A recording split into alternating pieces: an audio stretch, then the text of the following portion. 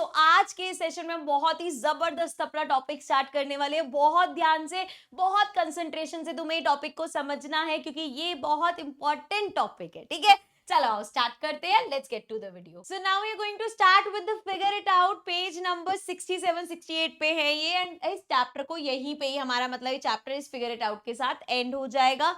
सो जो भी चीजें हमने चैप्टर में करी है सब आपके एक साथ रिवाइज हो जाएंगी। So let's quickly start. सबसे पहला है which of the following pairs of quantities are in inverse proportion. अब बता दो भाई, इनमें से इनवर्स प्रोपोर्शन में कौन सी प्रॉपर्टीज है। तो इनवर्स प्रोपोर्शन मतलब कि जहां पे दो चीजों में से एक चीज बढ़ेगी दूसरी चीज कम होगी।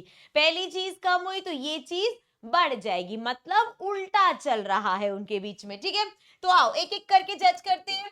सबसे पहले बेटा है हमारे पास the number of taps filling a water tank and the time taken to fill it. So number of taps और टाइम। अब जरा इसमें देखो, एक सिंपल सा ऐसे इमेजिन करो, एक बाल्टी लगाई है, एक टूटी में से उसमें पानी भर रहा है तो क्या होगा, 1 घंटे में भरेगी, हो सकता है 2 घंटे में भरे, थोड़ा थोड़ा सा पानी आ रहा हो। यही अगर 4 टूटियों से एक साथ पानी आ रहा है तो क्या लगेगा, टाइम कम लगेगा। मतलब अगर नंबर ऑफ टैप्स बढ़ जाएंगी तो टाइम कम लगेगा। एक चीज बढ़ रही है तो टाइम, और बता, एक चीज बढ़ रही है तो दूसरी चीज कम हो रही है। दिस मीन्स ये केस हो गया इनवर्स का। ठीक है, नेक्स्ट सेकंड है the number of painters hired and the days needed to paint a wall. अब देखो जरा, नंबर ऑफ पेंटर्स मतलब वही हो गया नंबर ऑफ वर्कर्स एक तरीके से, and number of days required. अब इस चीज में अगर हम सिंपल सा लॉजिक लगाएं कि यार एक काम को एक बंदा कर रहा है, वो कह रहा है भाई साहब मुझे तो पूरा घर पेंट करने में 15 दिन लगेंगे, वहीं अगर 6-7 वर्कर लग जाए तो वो काम 2 दिन में भी हो सकता है। मतलब जब हम नंबर ऑफ वर्कर्स को बढ़ा रहे हैं तो नंबर ऑफ डेज कम हो रहा है। एक चीज बढ़ रही है, एक कम हो रही है। Again it is the case of inverse. ये हमारा इनवर्स का केस है बेटा। यहाँ पे सबसे जरूरी, क्योंकि एग्जाम में क्वेश्चन बता के नहीं आएगा कि ये इनवर्स का है या डायरेक्ट का है। अब तुम्हें डायरेक्ट के मेथड से क्रॉस मल्टीप्लाई करने या इनवर्स में ऊपर नीचे मल्टीप्लाई करने तभी लगा पाओगे जब तुम समझ पाओगे कि केस इनवर्स का है या डायरेक्ट का। ठीक है, तो अब देखो थर्ड नंबर है the distance a car can travel and the amount of petrol in the tank. अब जितना ज्यादा डिस्टेंस होगा पेट्रोल जो है क्या कम लगेगा या उतना ही लगेगा। भाई तुम अगर पास वाली जगह पे जा रहे हो कम पेट्रोल लगेगा, बहुत दूर जा रहे हो बहुत ज्यादा पेट्रोल लगेगा। मतलब डिस्टेंस जितना ज्यादा पेट्रोल उतना ही ज्यादा लगेगा। सो दिस मीन्स ये हमारा केस हो गया डायरेक्ट का, ये डायरेक्ट का केस है। ठीक है, क्लियर है ये बात। Fourth part the speed of cyclist and the time taken. अब यहाँ पे क्या कंपेयर हो रहा है, स्पीड और टाइम। ये तो बड़ा बेसिक सा है, क्या हो गया इसको, हमारा अगर स्पीड हमारी ज्यादा होगी तो हमें टाइम कम लगेगा। आप कहीं भी जा रहे हो, अगर बहुत धीरे धीरे धीरे धीरे जाएंगे तो बहुत देर से पहुंचेंगे। यही अगर हम भाग भाग के जाएं तो हम जल्दी पहुंच जाएंगे। मतलब स्पीड जितनी ज्यादा टाइम उतना कम। तो ये केस हमारा हो गया इनवर्स का। ठीक है, सो ये केस हो गया इनवर्स का। नेक्स्ट देखते हैं, एक दो अभी और भी है यहाँ पे। फिफ्थ है the length of cloth brought and the price paid at a fix rate. अब भैया जितना आप मान लो कपड़ा खरीदने गए, 1 मीटर लोगे 1 मीटर का प्राइस दोगे, 2 मीटर लोगे डबल प्राइस दोगे, 3 मीटर लोगे, भाई जितनी ज्यादा आप क्लॉथ की लेंथ करोगे उतना ही ज्यादा प्राइस पे करोगे। तो एक चीज बढ़ रही है दूसरी भी बढ़ रही है। मतलब ये हमारा डायरेक्ट का केस है, इनवर्स का नहीं। हमें यहाँ पे सिर्फ बताने थे इनवर्स वाले कौन से है। लास्ट है the number of pages in a book and the time required to read it at a fixed speed, मतलब रीडिंग स्पीड। अब वो कह रहे हैं जितने, एक बुक है, एक इतनी पतली सी बुक है उसको मैंने 10 दिन में खत्म कर दिया पढ़ के, एक बहुत मोटी बुक है उसमें मुझे ज्यादा टाइम लगेगा। तो जितने नंबर ऑफ पेजेस ज्यादा उतना टाइम ज्यादा। तो दोनों चीजें साथ बढ़ रही हैं, मतलब ये भी हमारा डायरेक्ट हो गया, इनवर्स नहीं है। तो इनवर्स कौन कौन से मिले हमें, यहाँ पे फोर्थ हमारा इनवर्स था, first second, so first second और फोर्थ इनवर्स वाले केसेस थे, ठीक है, क्लियर हो गया। चलो अब सीधा क्वेश्चंस देखते हैं। एंड क्वेश्चन नंबर 2 है हमारे पास, if 24 pencils cost 120 rupees, 24 pencils हैं 120 रुपीज की आई, how much will 20 such pencils cost. अब पहले हमेशा क्या जज करेंगे, ये तो मैंने लिख लिया टेबल एक तरीके से। अब हमें जज क्या करना है कि डायरेक्ट है या इनवर्स। तो आप ये सोचोगे, देखो 24 पेंसिल्स खरीदी, इतने पैसे दिए, अब कम पेंसिल खरीदोगे तो कम पैसे दोगे, कम पैसे दोगे ना, तो ये चीज कम हुई तो ये भी कम हो गया, मतलब डायरेक्ट का केस। और डायरेक्ट के केस में हमेशा क्या होता है, क्रॉस मल्टीप्लाई। सो इसको अगर हमने x मान लिया तो ये हो जाएगा 24 into x equals to 20 into 120। Direct के केस में हमेशा क्रॉस मल्टीप्लाई होता है, तो x हमारा क्या आ जाएगा 20 इंटू 120 अपॉन में 24, कैंसिल करते हैं इसको, 12 के टेबल से करें 12 10 जा, 12 2 जा एंड देन 10 जा, and 10 into 10 is 100। So therefore 20 उसके लिए कितना पे करना पड़ेगा, 100 रुपीज पे करने पड़ेंगे, ठीक है, क्लियर है। क्या बस हमें जज करना है कि डायरेक्ट का केस है या इनवर्स को, सभी क्वेश्चंस में ज्यादातर ऐसा ही है। थर्ड क्वेश्चन देख लो, a tank on a building has enough water to supply 20 families living there for 6 days। अब भैया एक बड़ा सा टैंक लगा हुआ है, 20 फैमिलीज को 6 दिन तक वो पानी आराम से दे सकता है, ठीक है, 20 फैमिलीज अगर वहां रह रही हैं तो 6 दिन तक उनको सप्लाई हो जाएगा। Now if 10 more families move in their, पहले 20 थी, अब 10 और फैमिलीज आ गई, तो कितनी फैमिलीज हो गई, 30 फैमिलीज हो गई।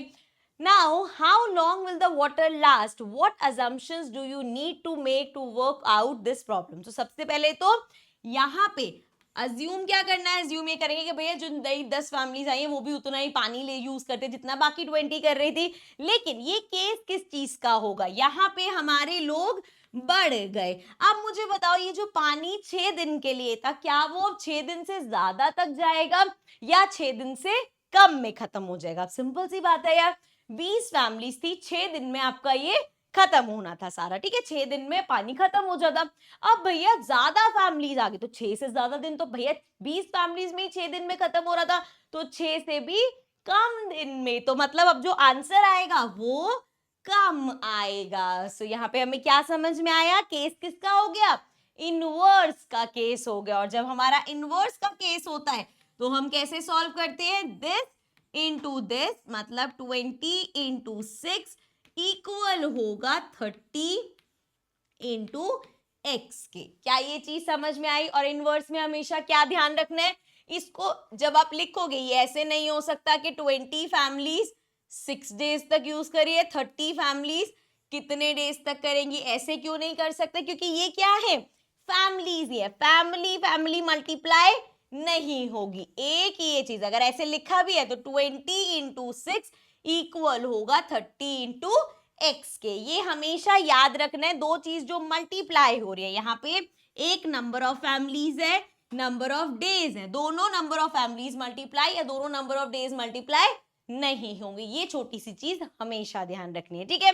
तो अब x की अगर हम वैल्यू निकालें तो ये क्या आएगा, 20 इंटू 6 अपॉन में 30 एंड x हमारा हो जाएगा 0 से 0 कैंसिल, 3 से इसको करेंगे ये आ जाएगा 2, 2 इंटू 2 इज 4। सो देयरफॉर अब ये जो पानी है सिर्फ 4 दिन लास्ट करेगा, जो 6 दिन तक चल रहा था अब सिर्फ 4 दिन चलेगा, क्योंकि 20 और 10 और फैमिलीज आ गई, 20 से 30 हो गई अब फैमिलीज, ठीक है, क्लियर है। चलो नेक्स्ट क्वेश्चन देखते हैं, question number 4। So now question number 4 है, fill in the average number of hours each living being sleeps in a day by looking at the chart, select the appropriate hours from this list. अब हमारे पास कौन कौन है, giraffe है, elephant है, human है, dog है, कैट है, स्क्विरल है, स्नेक है, बैट है, ठीक है। और चार्ट कैसा बना हुआ है, आप देखो जैसे येलो कलर है, इसमें ये ब्लू पार्ट इतना है, ये ज्यादा, ये और ज्यादा, ये और ज्यादा, ये सबसे ज्यादा, इस हिसाब से थोड़ा चार्ट रेफरेंस है।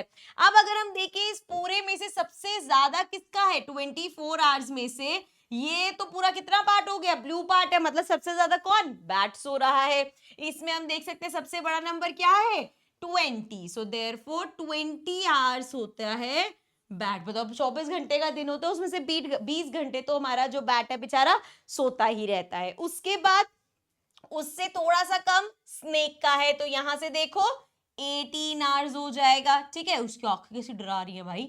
सो ये हो गया 18 आवर। एकदम से मैं लिखने लगी ना, ये इसकी 2 आंखें मुझे दिख गई। आंखें बंद रखो तुम। अब उसके बाद देखो इसका हो गया 18 आवर्स, और उससे कम क्या है हमारे पास 15। और यहाँ पे ब्लू पार्ट देखे तो ये हो गया स्क्वायरल का, तो इसके हो गए 15 आवर्स, ठीक है। उससे कम कैट है, तो 15 से कम देख लो कौन सा है, 15 से कम हमारा 13 है।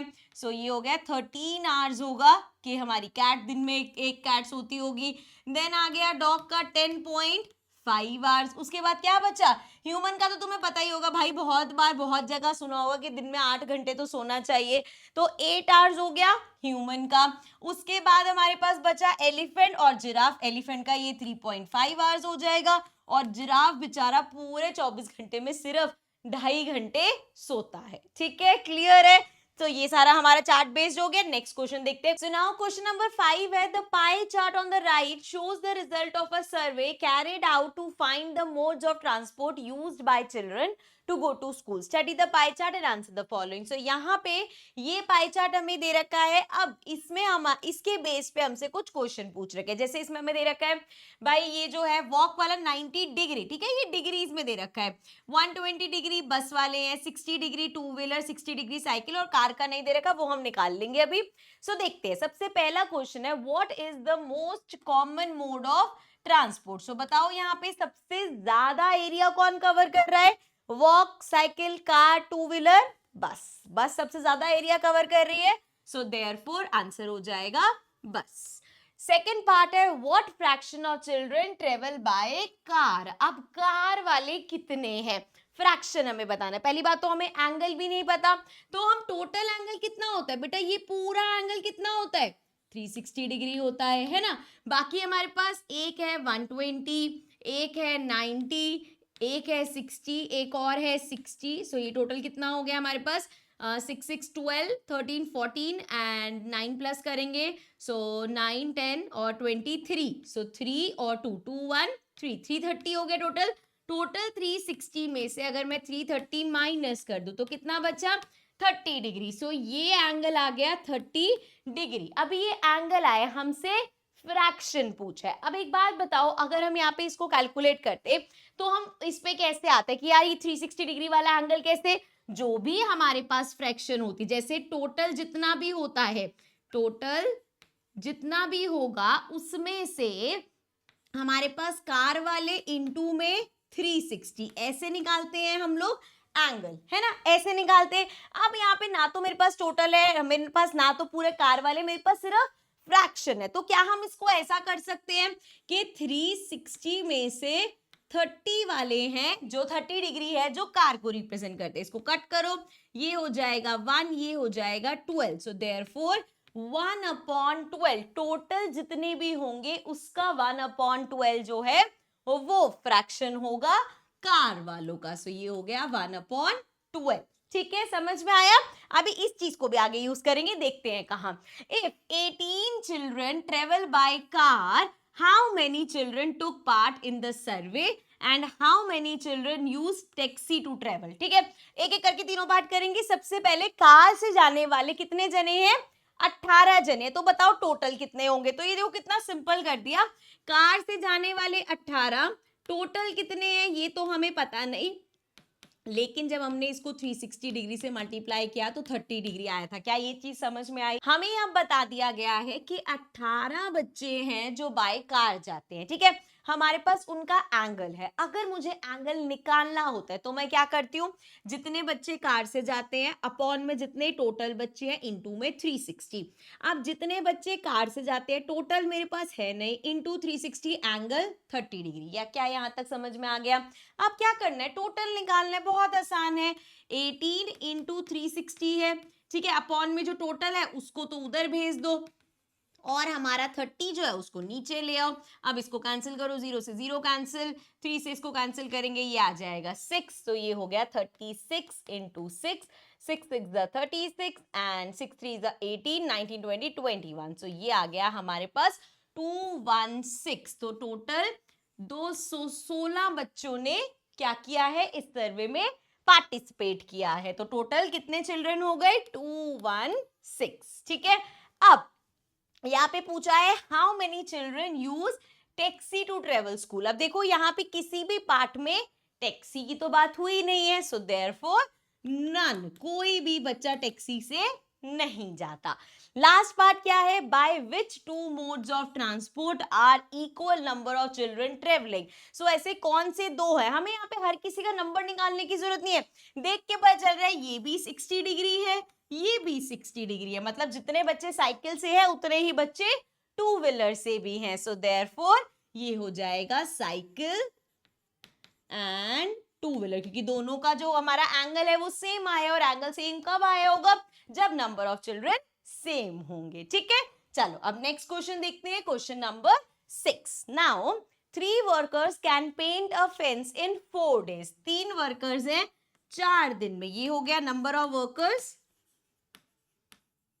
और ये हो गया नंबर ऑफ डेज उस काम को करने में जो लग रहे हैं। ठीक है, if one more worker joins the team, अब एक और वर्कर है जिसने टीम ज्वाइन कर ली, तो कितने हो गए, 3 थे, एक और आ गया, 4 जने हो गए।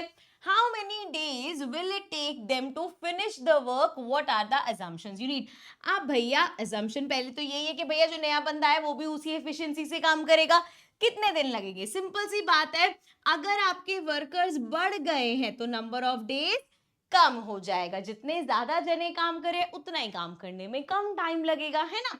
तो केस क्या हो गया, इनवर्स का, इनवर्स के केस में क्या, ऊपर नीचे मल्टीप्लाई, तो 3 into 4 इक्वल होगा हमारा 4 into x, मान लेते हैं इसको। ठीक है, अब अगेन यहाँ देखो 3 और 4 ये जो हम मल्टीप्लाई कर रहे हैं, एक नंबर ऑफ वर्कर्स है, एक नंबर ऑफ डेज है, तो 4 3 जा 12, 4 नीचे ले आओ, ये हो जाएगा x एंड ये हो गया 3, सो x हमारा आ गया 3 days। तो अब काम, क्योंकि जने 4 हो गए, तो अब जो जिस काम को करने में 4 दिन लगे थे वो 3 दिन में हो जाएगा। ठीक है, क्लियर है। चलो नेक्स्ट देखते हैं क्वेश्चन नंबर 7।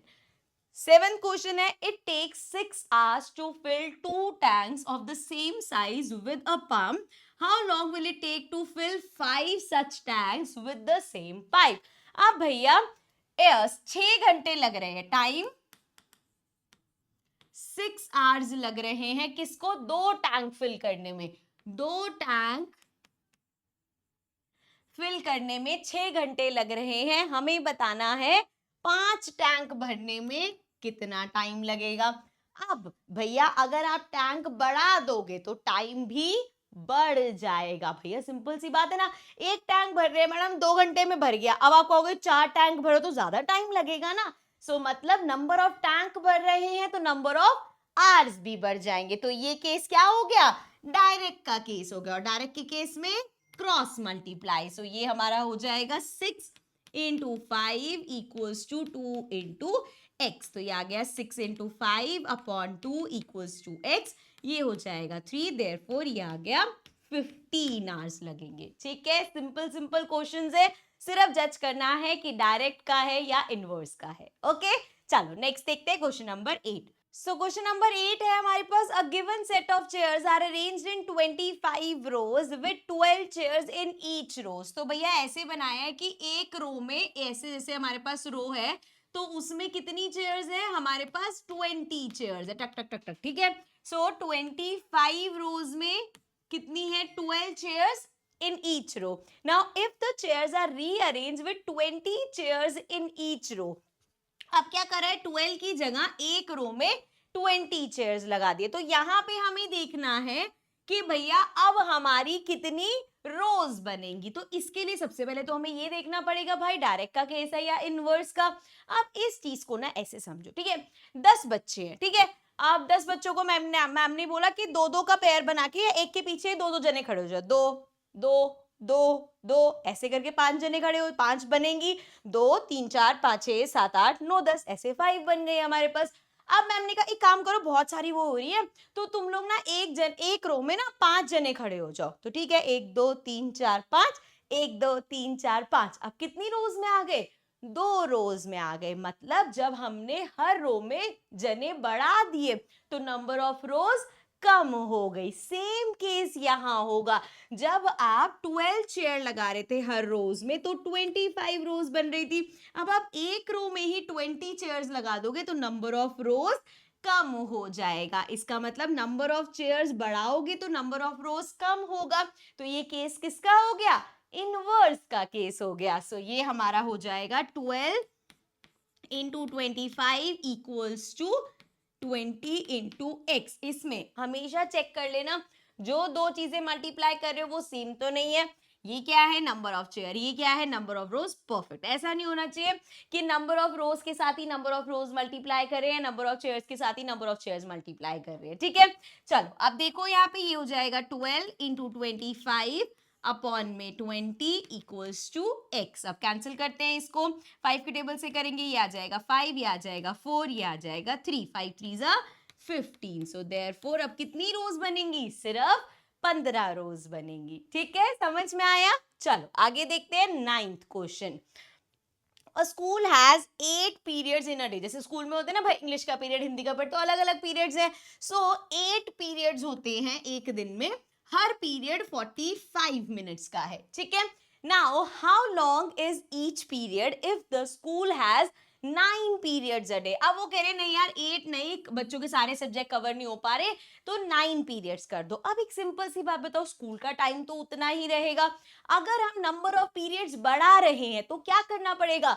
हर पीरियड की लेंथ कम हो जाएगी। भाई अभी जो 45 मिनट्स के थे, हो सकता है आधे आधे घंटे के करने पड़े, हो सकता है 40 मिनट्स के करने पड़े, लेकिन हुआ क्या कि अगर आप नंबर ऑफ पीरियड्स बढ़ाओगे तो उनकी ड्यूरेशन कम करनी पड़ेगी। कि ऐसा थोड़ी कि 45 मिनट्स, फिर अगर पहले भैया 45 मिनट्स के अगर 8 पीरियड है तो अगर आप एक और पीरियड डालोगे तो क्या करना पड़ेगा? स्कूल का टाइम और लंबा करना पड़ेगा। लेकिन स्कूल की ड्यूरेशन तो सेम ही है भैया, 2 बजे छुट्टी तो करनी पड़ेगी बच्चों की, तो क्या होगा? हर पीरियड थोड़ा सा छोटा हो जाएगा। सो इस केस में हम देख सकते हैं हमारा इनवर्स का केस है। तो ये क्या हो जाएगा? इनवर्स के केस में क्या होता है? 8 इंटू 45 इक्वल होगा 9 इंटू एक्स। चेक क्या करेंगे? ये हमारे नंबर ऑफ पीरियड्स, ये ड्यूरेशन, तो मतलब दोनों सेम चीज मल्टीप्लाई नहीं हो रही, तो ये परफेक्ट है। 8 इंटू 45 अपॉन में 9 इक्वल्स टू एक्स। अब 9 से इसको करेंगे, 9 5 जा, फिर 8 5 जा, हो जाएगा 40। इसका मतलब अगर आपको 9 पीरियड्स करने हैं तो हर पीरियड 40 मिनट्स का करना पड़ेगा। ये चीज समझ में आ गई? चलो फिर नेक्स्ट देखते हैं question number 10। So question number 10 says a small pump can fill a tank in 3 hours। अब एक छोटा सा पंप है, ठीक है, ये हमारी छोटा सा पंप हो गया, यहाँ पे है, इससे पानी आ रहा है। अब ये क्या टाइम लगा रहा है? ये टाइम लगा रहा है 3 hours का, while a large pump can fill in the same tank in 2 hours। अब यहीं पे ही अगर एक बड़ा पंप आ जाए इस तरीके से, वो कितना टाइम लगा रहा है? 2 hours लगा रहे हैं। मतलब छोटे वाले पंप को 3 घंटे लग रहे हैं सेम टैंक को भरने में, इसको 3 घंटे लग रहे हैं, इसको 2 घंटे लग रहे हैं। मतलब ये 3 घंटे में एक टैंक भर रहा है, ये 2 घंटे में वो एक टैंक भर रहा है। If both pumps are used together how long will the tank take to fill. ऐसा क्वेश्चन हमने पहले भी वो राम शाम वाला किया था कि दोनों मिलके अगर काम करेंगे तो कैसा होगा। तो इन क्वेश्चंस में हमें याद रखना है, हम पहले दोनों का साथ में 1 घंटे का निकालेंगे। ये चीज हमेशा याद रखोगे, जब भी इस तरह का क्वेश्चन आएगा आपको, अभी तो ये अलग अलग हमेशा दे रखा होगा, आपको इनका टुगेदर का निकालना है 1 आवर का। क्या ये चीज हमेशा याद रखोगे? जब भी ऐसे क्वेश्चन हो गए आप देखोगे दोनों मिलके 1 घंटे में कितना टैंक भरेंगे। तो देखो जरा, अभी अगर हम यहां से देखें, सो एक एक टैंक बन रहे हैं, मतलब ये 1 घंटे में 1 आवर में ये कितना टैंक भरेगा? भैया 3 घंटे में उसने एक टैंक भरा, 1 घंटे में 1/3 भरेगा टैंक, है ना। ऐसे इसने 2 घंटे में पूरा टैंक भरा है, 1 आवर में कितना भरेगा?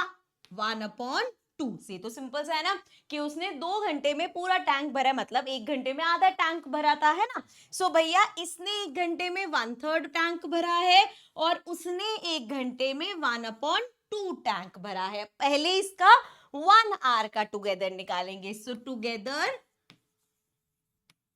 दोनों मिलके कितना टैंक फिल करेंगे हम ये निकाल रहे हैं इन 1 आवर। 1 घंटे में दोनों मिलके कितना टैंक करेंगे?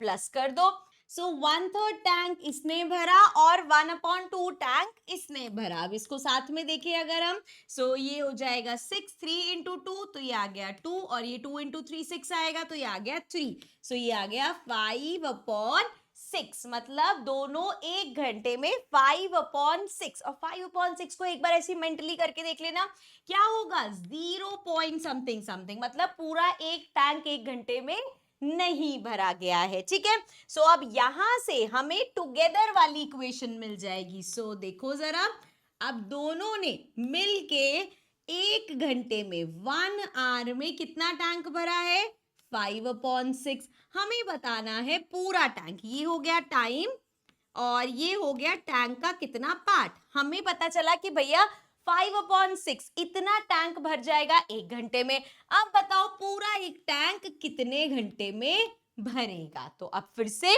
दिमाग में क्या आएगा कि भैया हमारा ये डायरेक्ट है या इनवर्स है। अब सिंपल सा देखो, एक घंटे में टैंक जो है हमारा अभी क्या हुआ है, पूरा नहीं भरा, तो पूरा भरने में एक घंटे से ज्यादा लगेगा। सो जब ज्यादा टैंक भरना है टाइम ज्यादा लगेगा। तो देखते ही पता चल जाएगा भाई, ये तो सिंपल सा है ना भाई, अगर तुम्हें ज्यादा बड़ा टैंक भरना है या 2 टैंक भरने हैं 3 टैंक भरने हैं तो उतने ज्यादा टाइम लगता जाएगा। तो ये केस क्या हो जाएगा डायरेक्ट का, कि जितना ज्यादा टैंक भरना है उतना ही ज्यादा टाइम लगेगा। सो देयरफॉर डायरेक्ट के केस में क्या होता है cross multiply. So 1 into 1 equals to, इसको x मान लो, x इंटू 5/6। ठीक है भाई, x हमें निकालना है, यहाँ पे है हमारे पास 1, 6 नीचे डिवाइड है, इधर आके मल्टीप्लाई, 5 ऊपर मल्टीप्लाई है, इधर आके अपॉन में। सो ये आ जाएगा x एंड 6/5। 6/5 का मतलब क्या है x की वैल्यू क्या हो जाएगी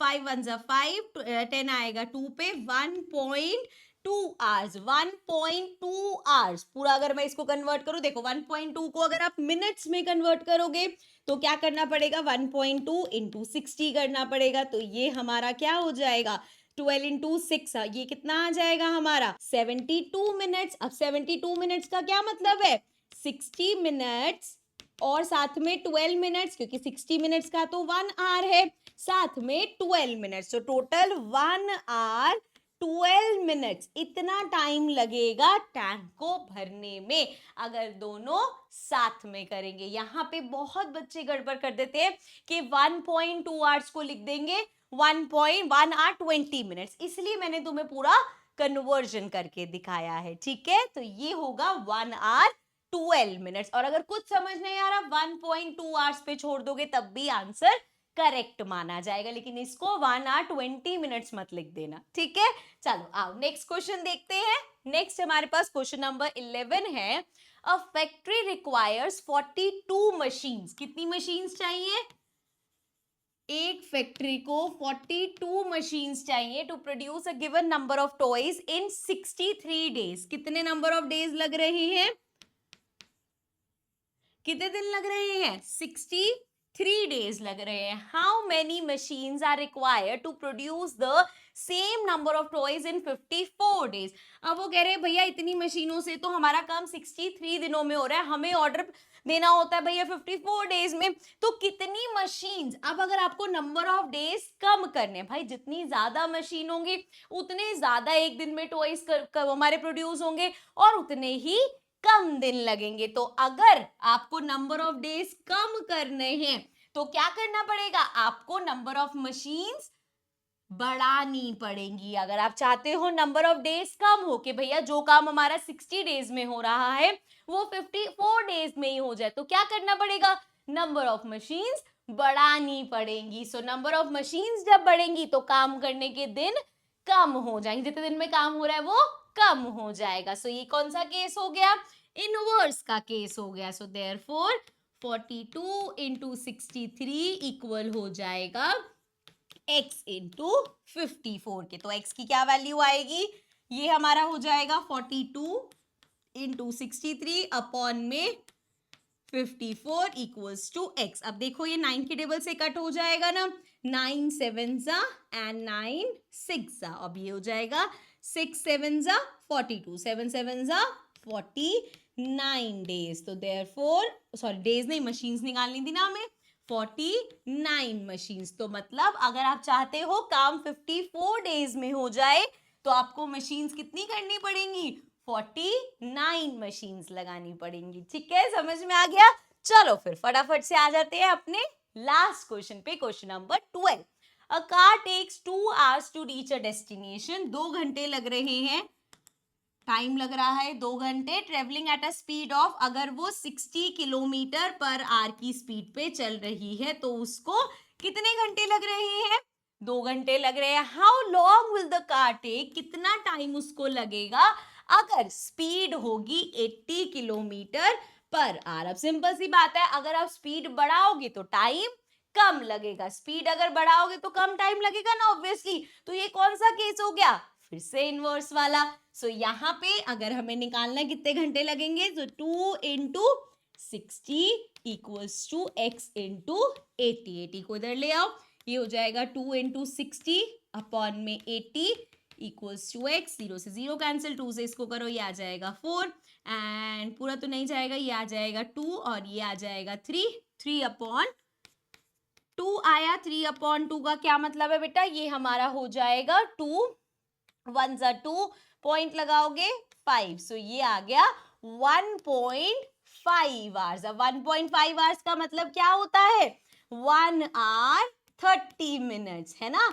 1.5 आवर्स कितना होता है? 1.5 घंटा। 1.5 घंटा क्या होता है? 1 घंटा और आधा घंटा। तो पहले जो 2 घंटे लग रहे थे, अब 1.5 आवर्स। ठीक है, 1.5 का मतलब 1 hour 50 minutes नहीं, 1.5 आवर्स का मतलब 1 घंटा 30 मिनट्स। ठीक है, क्लियर है? So this was the last question. इसी के साथ हमारा ये चैप्टर होता है कंप्लीट। आई होप अच्छे से आपको समझ में आ गया होगा, ज्यादा लेंथी चैप्टर नहीं था।